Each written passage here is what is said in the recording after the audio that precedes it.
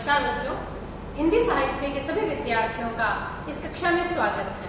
बच्चों, आज हम जो विषय लेकर आए हैं वो बीए प्रथम वर्ष, द्वितीय वर्ष, तृतीय वर्ष और एमए प्रीवियस और फाइनल सभी विद्यार्थियों के लिए बहुत उपयोगी है। अक्सर आप जब हिंदी साहित्य पढ़ते हैं तो जो प्रश्न आते हैं किसी भी कवि को लेकर, फर्स्ट ईयर में भी आप पढ़ते हैं, सेकेंड ईयर में पढ़ते हैं, आदिकाल के कवियों को पढ़ें, चाहे भक्तिकाल को पढ़ें, चाहे रीतिकाल के कवियों को पढ़ें, चाहे आधुनिक काल के कवियों को पढ़ें। जब इन कवियों को पढ़ते हैं बच्चों तो प्रश्न ये आता है कि फला फला कवि की काव्यगत विशेषता बताइए। किस कवि की काव्यगत विशेषता क्या है, या काव्यगत प्रवृत्तियां बताइए, या एक पक्ष पूछ लेते हैं काव्य का। तो बच्चों, काव्य और साहित्य एक ही बात है, तो साहित्य की विशेषता हो गई। काव्य की विशेषता ही साहित्य की है, साहित्य की विशेषता ही काव्य की, दोनों एक ही चीज है। तो जो काव्य की विशेषताएं होती है उनके दो स्वरूप हैं, उनको दो भागों में बांटा गया है। एक है भाव पक्ष जो भावगत विशेषता है, और दूसरा है कला पक्ष शिल्पगत जो विशेषता है। बच्चों, यूं समझ लीजिए कि जो साहित्य रचा जाता है उसका बाहरी और भीतरी दोनों प्रकार की जो विशेषताएं हैं उनका वर्णन, भीतरी जो विशेषताएं हैं वो भावगत है, और जो बाहरी विशेषताएं जो आंखों से नजर आती है वो कला पक्ष है, शिल्पगत है। तो भाव और कला ये दोनों बिल्कुल अलग अलग है, दो स्वरूप है। इसको आप यूं भी समझ सकते हैं कि किसी लड़की की विशेषताएं बताइए, तो कैसे बताओगे उसकी विशेषता? बाहरी सौंदर्य तो आप बता सकते हो, उसकी लंबाई कैसी है, उसका रंग कैसा है, आंखें कैसी है, बाल कैसे हैं, चाल कैसी है, ये तो बाहरी। तो बाहरी विशेषता तो हो गई कलागत, कला जो हमें आंखों से नजर आ रही है कैसी है। लेकिन भावगत विशेषता में क्या आएगा कि वो जो लड़की है, बच्ची है, वो कितनी सहृदयी है, कितनी वो सेवा भावी है, कितना उसमें करुणा का भाव है, कितना उसमें दूसरों की मदद करने की सहानुभूति का भाव है, कितना उसमें परोपकार का भाव है, कितना अच्छा वो गाती है, या कितना अच्छा वो सबके प्रति भाव रखती है, या भक्ति भावना से परिपूर्ण है। तो बच्चों, ये जो उसकी भीतरी विशेषता है ये तो है भाव पक्ष, और जो उसकी बाहरी विशेषता है, उसके जो बाल हैं, जो आंखें हैं, जो रंग है, जो लंबाई है, जो हमें आंखों से नजर आता है, वो है उसका कला पक्ष। तो आप कविता कामिनी को भी एक स्त्री के रूप में देख सकते हैं कि आपके सामने जो भी कविता है, चाहे आदिकाल की है, चाहे भक्ति काल के कवियों की है, चाहे रीतिकाल के कवियों की है, चाहे आधुनिक काल के कवियों की है, चाहे महादेव ने लिखी है, चाहे कबीर ने लिखी है, चाहे बिहारी ने लिखी है, कोई फर्क नहीं। फर्क ये है कि उन्होंने जो साहित्य रचा है तो साहित्य के अंदर भाव पक्ष भी है और कला पक्ष भी है। आपको उस साहित्य की प्रवृत्तियां बताते हुए दोनों पक्षों को समान रूप से देखना होता है, और दोनों के अंदर जो आपको विशेषता नजर आती है उसे आप अभिव्यक्त करते हैं। तो काव्यगत विशेषता की भाव पक्ष में क्या आएगा? शब्द से पता चल रहा है कि उस कविता के अंदर मूल भाव क्या है। कबीर जी का दोहा 5 दोहे देकर पूछ लिया, कबीर की काव्यगत विशेषता बताइए। तो कबीर के उन दोहों का मूल भाव क्या है? गुरु गोविंद दोहु खड़े गिरि दोहा है, तो उसमें गुरु की महिमा बताई गई, उसमें गुरु को भगवान से भी ऊपर बताया गया है, भक्ति का भाव है उसके अंदर। ऐसे ही यदि हमें रीतिकाल की कोई कविता है, या घनानंद का कोई पद है, अति सुदोसने है कुमारग है, जहां नहीं को सयान पे पाक नहीं, तो बच्चों इसका प्रमुख भाव क्या है? प्रेम का निरूपण है। प्रेम एक भाव है, नजर थोड़ी आता है, तो उसमें प्रेम का चित्रण है, इसमें भक्ति का चित्रण है। मीराबाई के पदों में भक्ति का भाव है, कृष्ण के प्रति प्रेम का भाव है, अपने आराध्य के प्रति, और स्वयं उसको अपने आप को दास्य भाव के साथ चलती है, वो दासी मानती, दासी मीरा लाल गिरधर, और पत्नी मानती है भगवान की वो स्वयं। तो ये है उस काव्य का भाव। भाव के जो विविध भाव हो सकते हैं, मैथिली शरण की कविताएं हैं उसमें राष्ट्र प्रेम का भाव है।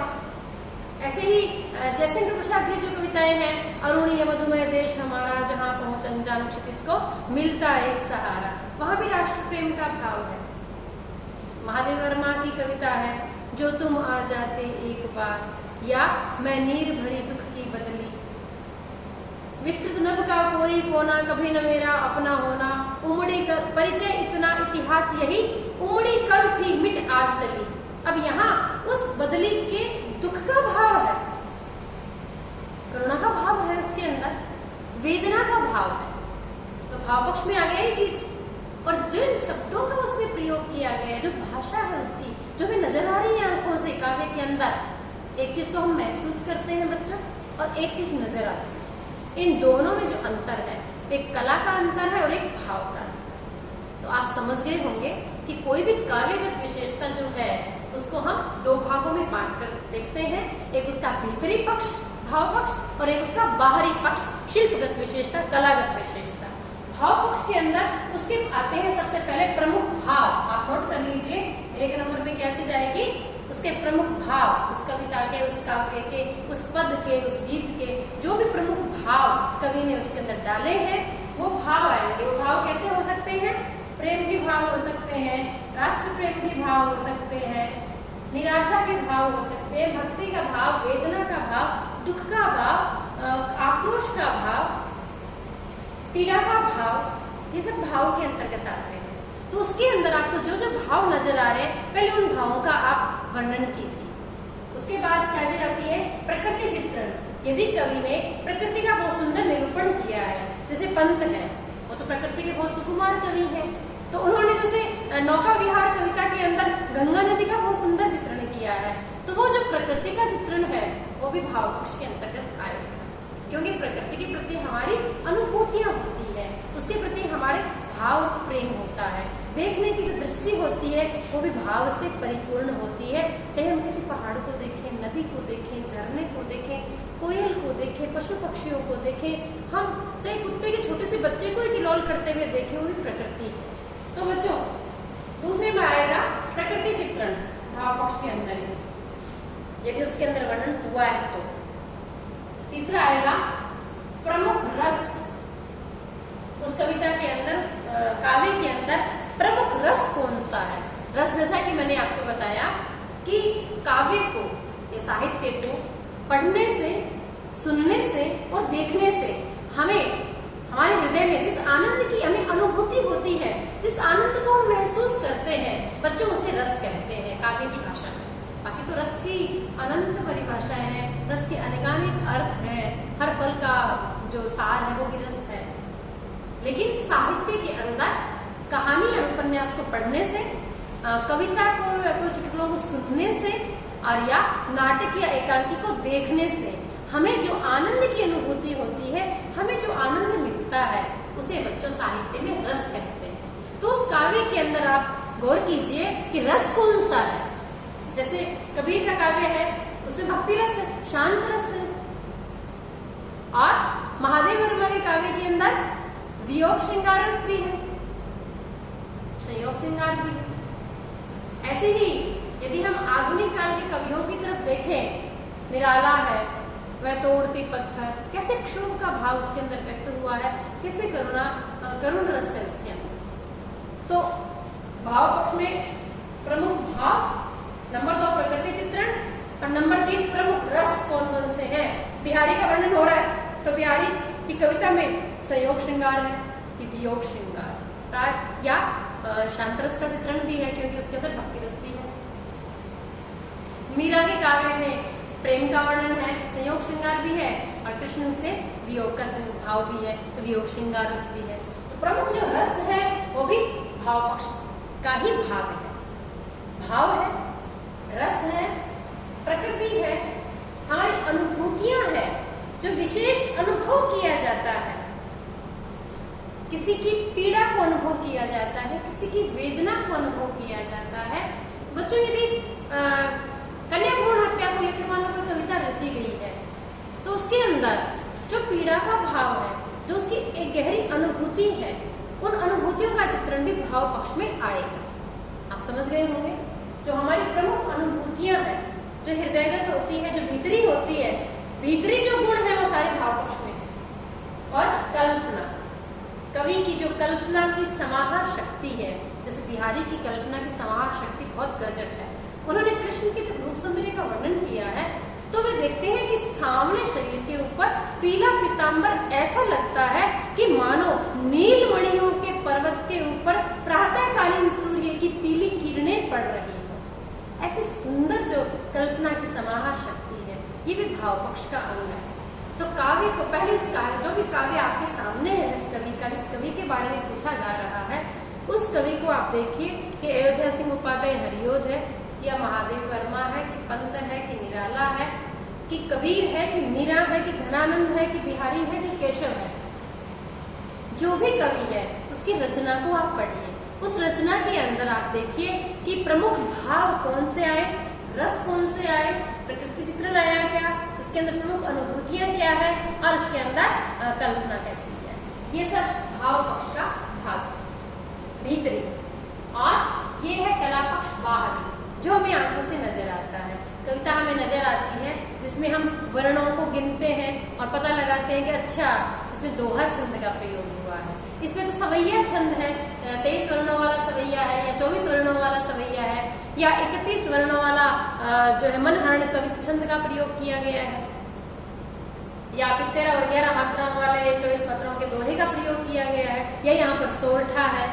तो बच्चों, कला पक्ष के अंदर सर्वप्रथम जो साहित्य है आपके सामने, जिस भी कवि की रचना है, उस रचना की भाषा देखिए कि भाषा कैसी है। उसमें भाषा के अंदर क्या है, सबसे पहले शब्द, कैसे शब्दों का प्रयोग हुआ है, साहित्यिक शब्द है उसके अंदर, या संस्कृत निष्ठ तत्सम शब्दावली का प्रयोग है। तत्सम जो संस्कृत से सीधे शब्द आते हैं हिंदी में, उनको तत्सम कहते हैं। और इसके अंदर जो विदेशी भाषा का प्रयोग होता है, मान लो कोई अंग्रेजी के शब्दों का प्रयोग, जैसे पैन कह दिया, पैन अंग्रेजी शब्द है कार, तो ये यदि कार शब्द का प्रयोग है किसी भी साहित्य के अंदर, तो विदेशी शब्दों का प्रयोग है। या उर्दू और भी फारसी के शब्दों का प्रयोग है, वो भी विदेशी शब्द है। तो इसमें तत्सम एक है तद्भव, जो तत्सम शब्दों से उत्पन्न हो गए हैं, तद्भव उनसे उद्भव हो गया है उन शब्दों का। जैसे संस्कृत से सीधा शब्द आया दुग्ध, काव्य में प्रयोग है दुग्ध धवल। अब ये तो है तत्सम, अब दुग्ध का बना लिया, तद्भव क्या हो गया, दूध। ऐसे ही घृत का घी, स्थाली का थाली, स्कंध का कंधा, तो कंधा तद्भव है और स्कंध तत्सम है, सीधा संस्कृत से आया हुआ है इसलिए। उष्ट्र संस्कृत है, सीधा तत्सम शब्द है, और ऊंट तद्भव है। फिर है देशज शब्द, जो किसी स्थान विशेष से उत्पन्न होते हैं। देशज, देश अज में उत्पन्न होना, किसी स्थान विशेष से उत्पन्न जो शब्द होते हैं, जैसे राबड़ी है, छान है, झोपड़ा है, खटिया है, ये देशज शब्द है, स्थान क्षेत्र विशेष से उत्पन्न होते हैं, ये ग्रामीण शब्द होते हैं। तो भाषा के अंदर शब्दावली कैसी है, संस्कृत निष्ठ शब्दावली है, तत्सम शब्दावली है, या तद्भव शब्दों का प्रयोग किया गया है, या देशी शब्दों का प्रयोग है, या विदेशी शब्दों का प्रयोग है। और इसके अंदर सरल शब्दावली है, क्या कठिन शब्द है, वो चीज देखी जाती है कि भाषा कैसी है। फिर मुहावरों का प्रयोग है क्या उसमें, क्या लोकोक्तियों का प्रयोग किया गया है, क्या भाषा व्यंग्यात्मक है, किस तरह के शब्दों का प्रयोग है, ये भाषा में आता है। ये कला पक्ष का एक भाग। दूसरा आता है छंद, कि जो काव्य आपके सामने है, जो साहित्य आपके सामने है, वो किस छंद के अंतर्गत लिखा गया है, उसके अंदर कौन सा छंद है। केशव की रामचंद्रिका यदि आप पढ़ रहे हैं, उसके अंदर कौन कौन से छंदों का प्रयोग हुआ है। घनानंद ने जो लिख रखे हैं, उसके अंदर कौन से सवैया का प्रयोग हुआ है। तो वो आप उसके अंदर लिखते हैं कि फला फला कवि की इस कविता के अंदर इस तरह की भाषा का प्रयोग हुआ है, जैसे ब्रजभाषा का प्रयोग है, या खड़ी बोली हिंदी का प्रयोग है, या अपभ्रंश निष्ठ हिंदी का प्रयोग है, या तत्सम निष्ठ हिंदी का प्रयोग है। छंद कौन सा है उसके अंदर। और फिर है अलंकार। अलंकारों का जो प्रयोग है बच्चों, वो भी तो हमें आंखों से नजर आता है। सा सीसम समान सरिस आया तो उपमा अलंकार है, जानो जनु मानो मनु आया तो वहां पे उत्प्रेक्षा है। ऐसे ही अभेद आरोप कर दिया गया है उपमेय पर उपमान का, तो वहां रूपक है। या प्रकृति के ऊपर मनुष्य के गुणों का आरोप कर दिया गया है, तो वहां मानवीकरण है। तो ऐसे ही उसके अंदर जो अलंकारों का प्रयोग है, ये कला पक्ष का भाग है। उस कविता का कला पक्ष है, कलाकारी का पक्ष है, शिल्प पक्ष है, जो उसे गढ़ा है कवि। और फिर है बिंब, प्रतीक और अप्रस्तुत विधान। विधान, ये भी कला पक्ष का ही भाग है। हम उसके अंदर क्या देखेंगे, किस तरह के बिंबों का प्रयोग हुआ है। क्या चाक्षुष बिंब है, आंखों से नजर आने वाले बिंब है, या घ्राण बिंब है, नासिका से ग्रहण किए जाने वाले, या उसमें श्रवण बिंब है, कान से सुने जाने वाले, या स्पर्श बिंब है, त्वचा से ग्रहण किया जाने वाला, या स्वाद बिंब है, जीवा से ग्रहण किया जाने वाला। जैसे इसमें कह दो कि सामने पानी का झरना बह रहा है जिसमें अद्भुत फेन सफेद झक जो है लगातार बहते जा रहे हैं, जैसे कोई पानी, जैसे कोई कांच के कंचे पारदर्शी, या जैसे कोई हीरे बिखेर दिए हो प्रकृति में। तो बच्चों आंखों के सामने हमारे चित्र आ रहा है, तो यहाँ चाक्षुष बिंब है। तो जो बिंबों का प्रयोग है या विभिन्न प्रकार के प्रतीकों का प्रयोग हुआ है, जैसे कबीरदास जी की जो साहित्य है उसमें हंस शब्द का प्रयोग किया गया है। हंस जो है ना वो आत्मा का प्रतीक है कि एक दिन हंसा उड़ जाएगा, आया हंस अकेला, जाएगा हंस अकेला। तो यहाँ पर हंस जो है वो प्रतीकात्मकता का प्रयोग हुआ है। महादेव वर्मा के काव्य में आप देखें दीपक जो है प्रतीक के रूप में आया है, जीवन को उन्होंने दीपक के रूप में लिया है, मधुर मधुर मेरे दीपक जल, वहां प्रतीक है। अप्रस्तुत विधान का प्रयोग किया गया है। और शैली, तरीका क्या है, जो कवि है उसकी क्या स्टाइल है लिखने की, क्या शैली है, क्या तरीका है उसका, उदाहरण की शैली है, व्यंग्यात्मक शैली है, दृष्टांत की शैली है, किस तरह की शैली में उसने अपनी रचना लिखी है।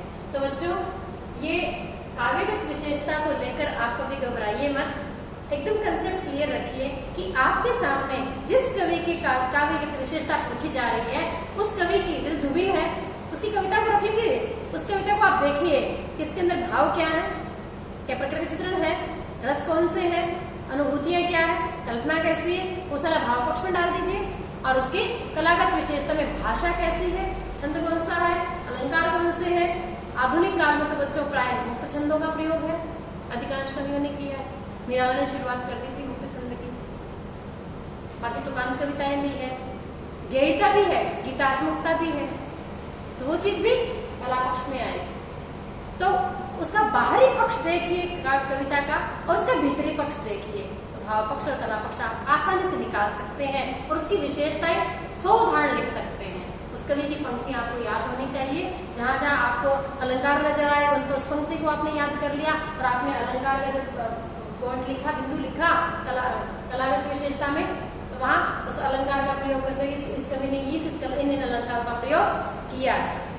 बिहारी का वर्णन करते हुए अलंकारों का प्रयोग है, तो यमक का कनक कनकते सोगुनी मादकता अधिकार, मतलब किसी भी कवि को लेकर आप उसके अलंकारों को निकालिए आप उसके काव्य में से और फिर उसका उदाहरण दीजिए। तो कला पक्ष बाहरी पक्ष है और भाव पक्ष भीतरी पक्ष है, और इस प्रकार काव्य की विशेषता आप किसी भी कवि की आसानी से निकाल के आप लिख सकते हैं। आज इतना ही, धन्यवाद।